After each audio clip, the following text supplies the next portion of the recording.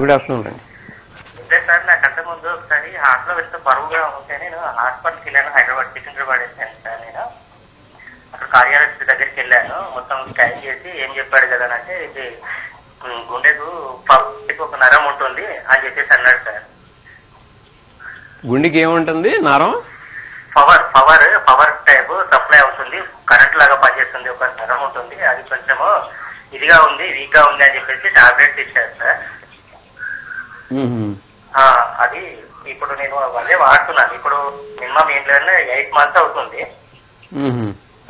Sir. అది మొన్న ఇప్పుడు వాకింగ్ డైలీ వాకింగ్ అటు వెళ్తున్నాను, ఆయాసం అలాంటిది ఏం ప్రాబ్లం ఏం లేదు. ఓకే, అది మా మెడిసిన్స్ ఇంకెన్ని రోజులు వాడమంటారని చెప్పేసి తెలుసుకుందామని చెప్పాను. అంటే మీరు చెప్పిన డిస్క్రిప్షన్ ప్రకారం అది అసలు గుండె నొప్పో కాదో, అది గుండె ప్రాబ్లం కాదో తెలియట్లేదండి. ప్రాబ్లం ఏం లేదు సార్, నొప్పి ఏం కాదు.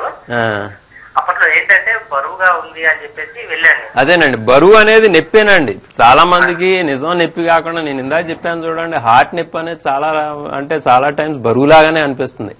బరువు పిండేసినట్టు అనిపించడం ఇది కూడా క్లాసికల్ హార్ట్ నొప్పే.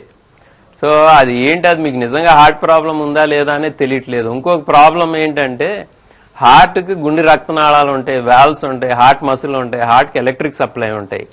సో వీటిలో ఏంటి అంతా మన కంట్రీలో చాలా కన్ఫ్యూజింగ్ గా ఉంటుంది. ఎందుకంటే పేషెంట్లకి కొన్ని అంటే అర్థం కావట్లేదు. డాక్టర్లు కూడా చెప్పినప్పుడు గుండె రక్తనాళాల్లో బ్లాక్ అని చెప్పకుండా మీకేదో నరం నొక్కుకుపోయింది అలా చెప్పారనుకోండి, మనకు నిజంగా తెలియదు అక్కడ ఏమైంది అనేది.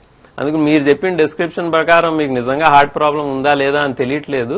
మీరు మళ్ళా అదే డాక్టర్ దగ్గరికి వెళ్ళి కనుక్కుని లైఫ్ లాంగ్ మందులు వాడాలా లేదా అనేది ఆయనతోనే సంప్రదిస్తే మంచిది.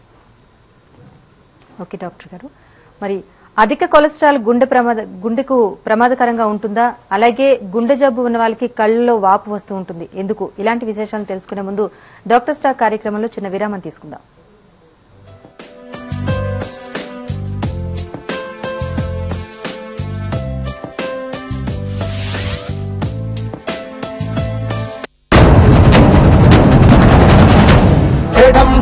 ఢంఢమారే వైరమంతా బంధమయ్యే పాత్తికేళ్ల పంతమైన పక్కనట్టైరే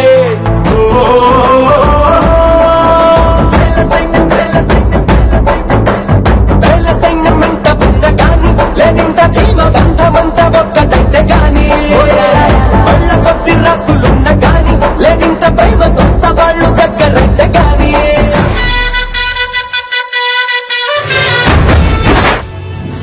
జియోపతిక్ స్ట్రెస్ వల్ల ఎదురయ్యే సమస్యలేంటి? సైంటిఫిక్ వాస్తు థెరపీ అంటే ఏమిటి? లక్కీ జేమ్స్ ధరిస్తే మన కలలు నెరవేరుతాయా? ఆరా హీలింగ్ మన శరీరంపై ఎటువంటి ప్రభావాన్ని చూపుతుంది? కలర్ థెరపీ ద్వారా ఎటువంటి లాభాలున్నాయి? తదితర సందేహాలకు వన్మయి జియోటెక్ కు చెందిన ప్రముఖ జెమ్మాలజిస్ట్, వాస్తు మరియు జియోపతిక్ స్పెషలిస్ట్ కరాటే రాజు ఇచ్చే సమాధానాలు మీ సిబిఆర్ హెల్త్ ఛానల్లో ఈ రోజు మధ్యాహ్నం 3:30 గంటలకు. మీరు ఫోన్ చేయాల్సిన నంబర్లు 0404779916, 0404779917.